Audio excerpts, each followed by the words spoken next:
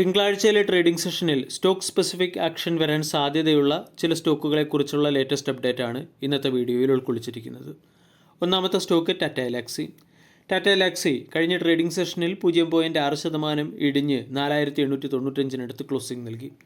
Tata എലാക്സിയുടെ profit after tax 12% ഇടിഞ്ഞ് 194 കോടിയിൽ നിന്നും 172 കോടിയിലേക്കെത്തി. റവന്യൂ ഫ്രം ഓപ്പറേഷൻ 906 കോടിയിൽ നിന്നും ഇയർ ഓൺ ഇയറിൽ 908 കോടിയിലേക്കാണ് ഉയർന്നത്. അതായത് ടാറ്റ എലാക്സിയുടെ ക്വാർട്ടർലി റിസൾട്ടിൽ കമ്പനിയുടെ നെറ്റ് പ്രോഫിറ്റ് ഇടിയുകയും റവന്യൂ ഏറെക്കുറെ ഫ്ലാറ്റ് ആവുകയും ചെയ്തു. കൂടാതെ ക്വാർട്ടർലി റിസൾട്ടിനോടനുബന്ധിച്ച് 75 രൂപ പെർ ഷെയർ എന്ന റേറ്റിൽ കമ്പനി ഡിവിഡൻഡും പ്രഖ്യാപിച്ചു. ടാറ്റ എലാക്സിയുടെ എബിറ്റ മാർജിൻ 22.9% ഉയരുകയും എബിറ്റ 208 കോടിയായി രേഖപ്പെടുത്തുകയും ചെയ്തു. കൂടാതെ കമ്പനിയുടെ 2025 ഫിനാൻഷ്യൽ ഇയറിലെ റവന്യൂ ഗ്രോത്ത് 3729 കോടിയായി മാറിയിട്ടുണ്ട്. പ്രോഫിറ്റ് ബിഫോർ ടാക്സ് മാർജിൻ 26.3%-അടുത്തായിട്ട് മെയിൻറ്റെയിൻ ചെയ്യുന്നുമുണ്ട്. ടാറ്റ എലാക്സി എന്ന കമ്പനിക്ക് വിവിധ സെഗ്മെൻറ്റുകളിൽ എക്സ്പോസറുള്ള കമ്പനിയാണ്. ഹെൽത്ത് കെയർ സെക്ടറിൽ 35% ക്വാർട്ടർ ടു ക്വാർട്ടറിൽ കമ്പനി വളർച്ച കൈവരിച്ചിട്ടുണ്ട്.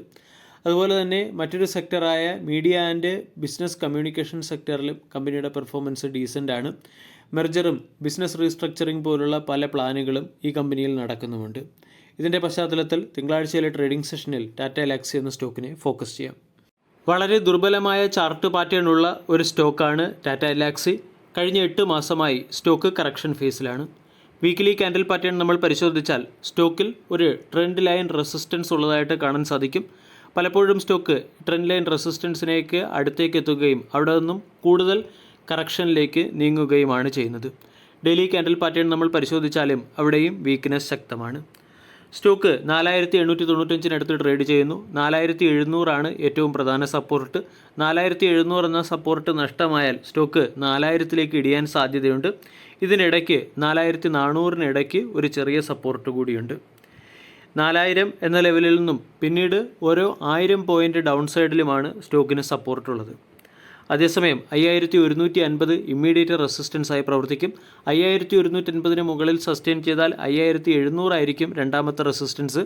5700 മുകളിൽ സ്റ്റോക്ക് സസ്റ്റെയിൻ ചെയ്താൽ മാത്രമേ സ്റ്റോക്ക് അതിൻ്റെ ബുള്ളിഷ് ട്രെൻഡ് സോണിലേക്ക് മടങ്ങി വന്നു എന്ന് നമ്മൾക്ക് പറയാൻ സാധിക്കുകയുള്ളൂ.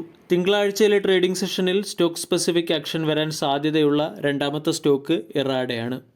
ഇറാഡയുടെ ക്വാർട്ടർലി റിസൾട്ട് ചൊവ്വാഴ്ച പുറത്തു വന്നിരുന്നു. ക്വാർട്ടർലി റിസൾട്ടിന് ശേഷം ബുധനാഴ്ചയിലെ ട്രേഡിംഗ് സെഷനിൽ സ്റ്റോക്ക് 5.57% ഉയർന്നു. പക്ഷേ വ്യാഴാഴ്ചയിലെ ട്രേഡിംഗ് സെഷനിൽ ഒരു പ്രോഫിറ്റ് ബുക്കിംഗ് വരികയും 1.79% ഇടിഞ്ഞ് 173 രൂപയ്ക്കടുത്ത് ക്ലോസിംഗ് നൽകുകയും ചെയ്തു. ഇറാഡയുടെ ക്വാർട്ടർലി റിസൾട്ടിൽ കമ്പനിയുടെ നെറ്റ് പ്രോഫിറ്റ് 48% വർദ്ധിച്ച് 337 കോടിയിൽ നിന്നും 501 കോടിയായി ഉയർന്നു. കമ്പനിയുടെ റവന്യൂ 36% വർദ്ധിച്ച് 1391 കോടിയിൽ നിന്നും 1905 കോടിയിലേക്ക് ഉയരുകയും ചെയ്തു. കൂടാതെ ലോൺ ഓർഡർ ബുക്ക് 28% വളർച്ച കൈവരിച്ചു. 56,698 കോടിയിൽ നിന്നും 76,280 കോടിയിലേക്കാണ് ലോൺ ഓർഡർ ബുക്ക് വളർന്നത്.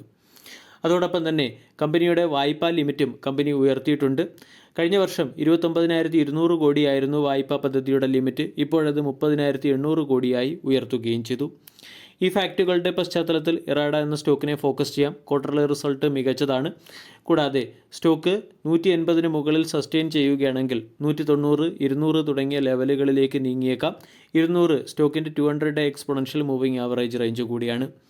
155, 160 തുടങ്ങിയ ലെവലുകളിൽ സ്റ്റോക്കിന് സ്ട്രോങ് സപ്പോർട്ടുണ്ട്.